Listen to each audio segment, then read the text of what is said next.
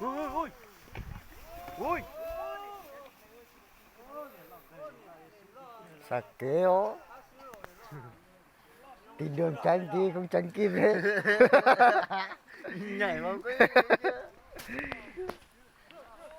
ui ui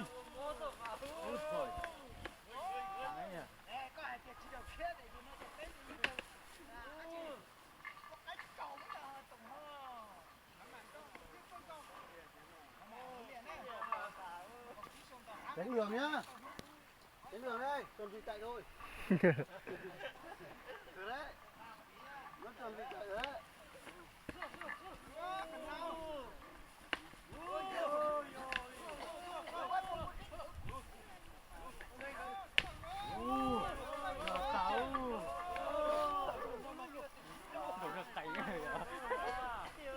Chảy máu rồi.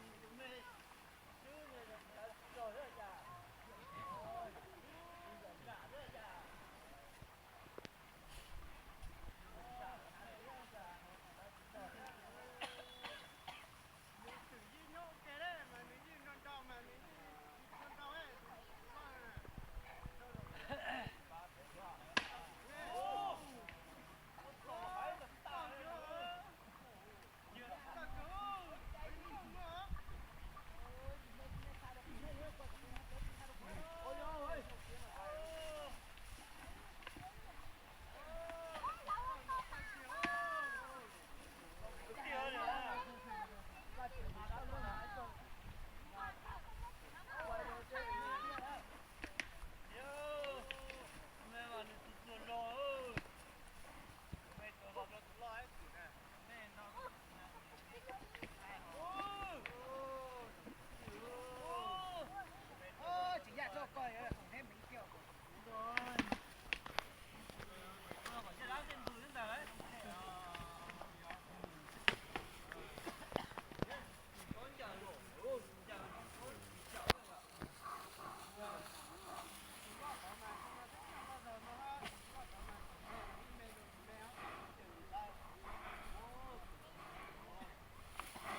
Xa trả tới hả?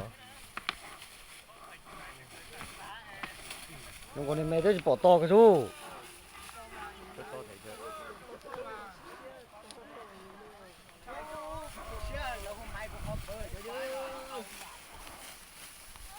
Quay chạy cho mày xem. Đi phụ thiếu gần tao bị chụp phụ này là không đây rồi, cũng quay rồi. Tầm khó cậu tao phú này phú có thế nào? Nó tông cái này đi lô đâu. Cái này để cho kia đi hả? Nhìn nó cũng gần dây đầu cú mình còn đâu kia này đấy. Một cái đánh mà. Ôi. Ôi. Mày chỉ muốn dùng lửa quay cháu không trong thế đó. Mày chỉ muốn dùng lửa cháu thôi.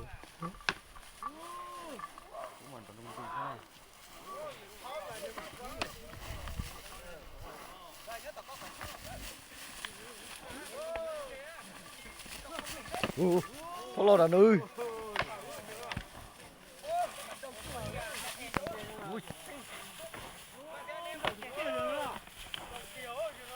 Sạc kế thế rồi.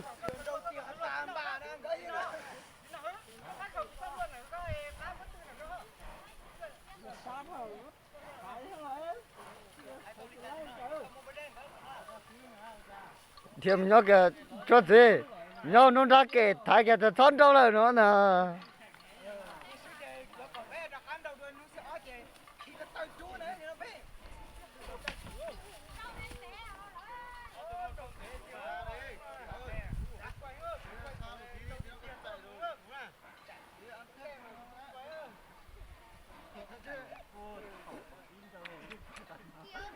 Nên mẹ chú cha theo dõi nên lo mà lo sao lấy vô hồ.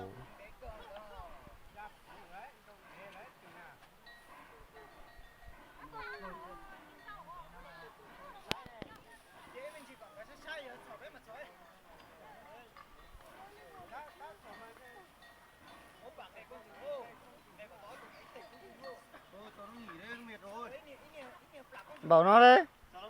Bảo nó nghỉ đấy.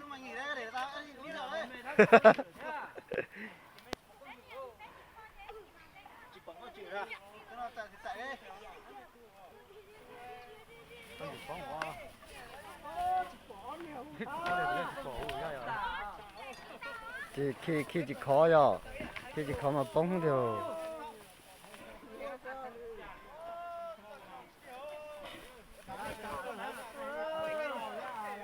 Con chó bắt ta thì à, anh này chua à.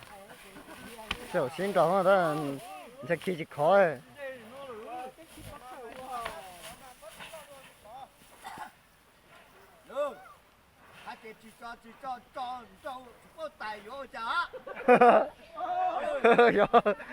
Nó đặt tay gì đấy rồi.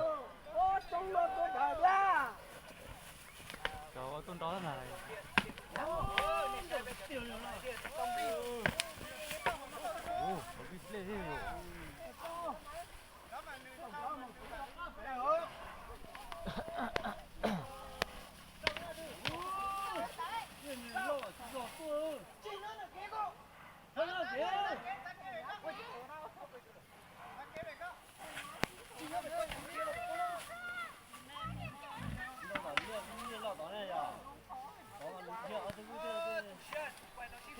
mọi này thế trò thế cho đi tan đầu về à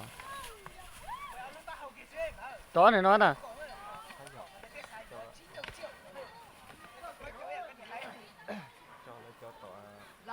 giống đánh cá tôi thế bây giờ Tớ chỉ một con chữ đấy. tao đi rồi cho nó nè chỉ bớt thỏ đi được thế bậc khi có ta trú không thì hả Nghe ta sữa cho tay ta kia. lấy giờ bé hay đau thân tế thì chỉ tao trả hò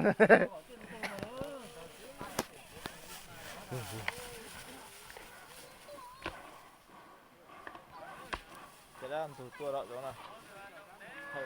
ô này lo to xa rồi lo chỉ bớt cho cái ra